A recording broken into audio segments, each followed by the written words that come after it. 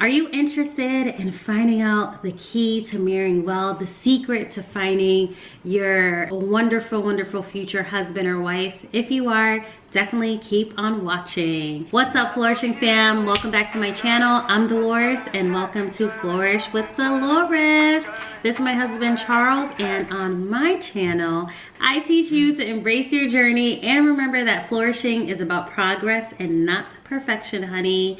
So in today's video, we are going to be giving 7 tips on how to marry well, how to find that amazing partner that just works so well for you. Lifelong marriage is what we are looking for. I can't wait to hear the tips. I'm excited. Yeah, so Charles doesn't know the tips yet, but I invited him to give his feedback on the tips. I do want to give a little disclaimer. As a married woman, this is really just based on my experience. I'm not sharing these tips to look down on single women at all, just sharing what I've learned so far. Charles and I have been together for 9 years and married for 7 months. So this is all from our perspective. So let's get started. So the first tip is to speak life into your future marriage.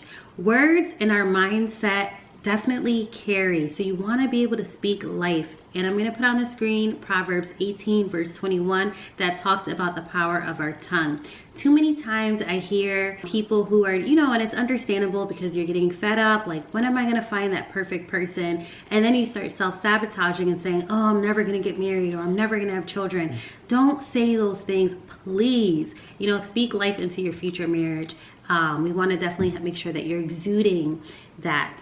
Make sense? Yeah, I mean, I think that's with anything, any type of goal or anything, you have to speak it into existence, because if you continue to express negative thoughts, then it probably won't come to fruition. Right. Because you're showing you just don't have faith in the process. Right. Exactly. Love that. Love that. The second is get to know yourself, your likes and your dislikes. So I actually like this tip. You know why? Because I feel like there are definitely some people that just don't know how to be by themselves. Like, they literally go from relationship to relationship, like, just for the sake of being in one, or maybe just because they maybe have friends who are also in relationships and they don't want to feel like left out. So they always feel like they got to be in one, but it may not necessarily be with the right person. Right. And that's why I think it's okay for you to take a step back and enjoy just being by yourself. Know the things that you enjoy doing. What are you looking for in a partner? What are some things you're not looking for in a partner? Because if you take the time to do a little bit of self-reflection before you start looking again, then I think you kind of get a little bit of a head start and you have a better idea of what you're looking for. You kind of weed out through some of the other potential partners that may not be a good fit for you. Right. You're comfortable being by yourself and you know what you want. So when the right person comes, if that ain't what you want, you know how to just move forward. Right. So thank you, babe. That was good. You're welcome. So the third one that we're both very excited about is to move away from the future superficial stuff on your list, sis and bro, because it's for the guys too. So many times, we have superficial things on our list, like they have to be a certain height or they have to be a certain weight. But make sure when you are writing your list that you could also live up to those things on your list too. A lot of times, people put that I want someone who is trustworthy or honest, but then look into yourself too. Do you feel like you're being trustworthy and honest? So I feel like in this single season, take that time to not only build yourself up and reflect what's on your list, but then also move away from the superficial things on your list, because too many times I see women really hold on to the superficial stuff, like, no, he ain't tall enough. But then when it comes to the things that really matter for what you're looking for a husband, like not cheating, not yelling at you, it's like women then start to make, some women, I'm generalizing, but some people start to make excuses for that, like, oh, he'll stop cheating when we get married, or he's just yelling because he's mad today. But then it's like, you make excuses for that, but then for the superficial stuff on your list, you're very, very strict on. So just be careful with that. I think it fits nicely into like the 80-20 rule. And I love because they talk about it a lot in a variety of different settings, but I really liked how they broke it down, especially in Tyler Perry movie Why Did I Get Married, which is one of my favorite Tyler Perry movies, because they said, look, in a relationship and in marriage, you're only going to get about 80% of what you really need. You're not going to get 100%.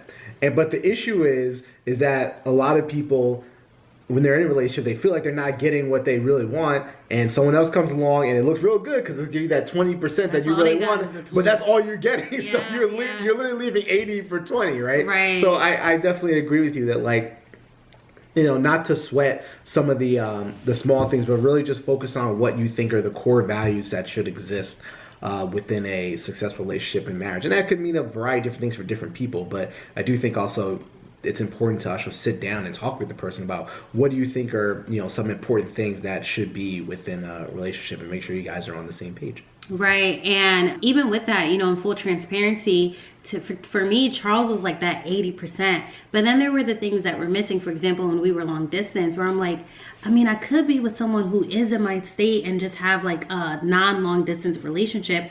But then I start to learn, like, then that person isn't giving you the rest of what you need, because you're just focused on, I want someone who can be in the same state, or I want someone who is taller. But then you're forgetting that that other person may not have the qualities that you want for a husband. And those are two different things. So yeah. And then Delores, you know, I mean, she's like 5'0", and like I want to have like a boy who can like be like a star basketball player. Is that something on your list, having a tall woman? Well, I mean, someone with a little bit of height, you know, to help my son out a little bit. Wow. I'm joking. I'm learning stuff, y'all. I'm learning in this moment on tips of marrying well. So that is not a good reason. Exactly my point. Yes, I like that. I like that. All right, so the fourth one is to look for a best friend in your partner. Successful relationships last not because of the way the person looks and their attraction towards each other. It's really because of the bond they have. Charles is truly my best friend, and I just, when I think about our relationship, like, I just get more excited. Like, I get to do life with my best friend, and then I get the benefits of us being able to be romantic partners as well. So yeah, that's tip number 4. Yeah, no, I agree. I mean, even you know, going through like med school and like residency, like, you know, calling Delores was, you know, really like the highlight of my day. Just being able to express, you know, the things that I was going through school, the good, the bad, the ugly, all the in between. But yeah, no, she's truly my best friend, my ride or die. Oh, thank you, baby. Thank you. Tip number 5, y'all, is to shoot your shot, girl. So I never know how to say "shot my shot." It sounds weird when I say that. I don't think that's the right version. But it's not shooting my shot. I said that in the last live. I was like, I shooting my shot. I don't know how to say it, but I did it. So shoot your shot. You know, a lot of times women were waiting for the male to approach us. And I'm just talking like male-female relationships in this moment. I don't mean to disregard other types of relationships, but just as an example, many times women tend to not want to be the one to approach a guy. But if you see a guy that you really do believe would be someone that you're really interested in, why not? Why not let him know? And that's what I did with Charles. I let him know. After I got out of my own way, I finally said to him, like, hey, like, let's actually try this. So definitely consider shooting your shot and finding the one for you.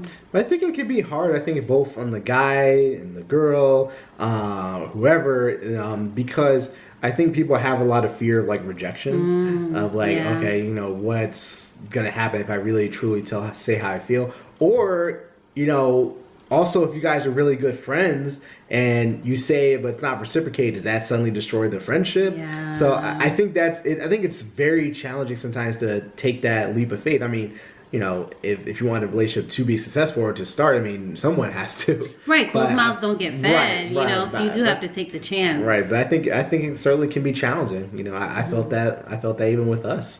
You know, taking the step out, but so I'm glad you did. Right, no, but it's true, because with us, we were friends first. We were friends for 3 years, and even with me saying that, it's like if we didn't work, then it would be hard to go back. There wouldn't be a friendship. So, but I definitely do think that ultimately it's worth giving it a try, because this person who's your friend, you know, you cannot say anything and then just be friends forever, or you can say something and then end up marrying your best friend. So give it a try. Number 6 is to be gentle with yourself. Too many times, and right now I'm speaking to my ladies, too many times, you know, people make single women feel like there's something wrong with them for being single. Listen, there is nothing wrong with you. Adjust your crown. You are fearfully and wonderfully made. Take this time to be gentle with yourself, to not be on yourself. And of course, it's easier said than done when you're looking for your partner and you're feeling like you're not having much luck. But I want you to know that you are so beautiful. You are so fearfully and wonderfully made, and there is nothing wrong with you. You can take this time, though, as we talked about earlier, to continue to work on yourself, continue to heal from past traumas, so that when you do marry the love of your life, you're not bringing in past traumas into that relationship. So see this time as like a great time to just get yourself so ready for your partner, and my prayer is that your partner is also getting themselves so ready for you, because it goes both ways. I second that. And as you're doing that, say your affirmations, look in the mirror and say all these things to you about how beautiful you are. And then also read the Bible, and that's such a great reminder to you know, remind yourself what God says about you instead of getting those negative thoughts in your head. It's important to, you know, affirm yourself. And I think when you have that energy and when you're feeling good about yourself, you are going to exude that. And so the potential men who are looking to date you are going to know, like, okay, this is a woman that has a certain level of confidence and feels good about herself. Let me come correct. So definitely take that tip.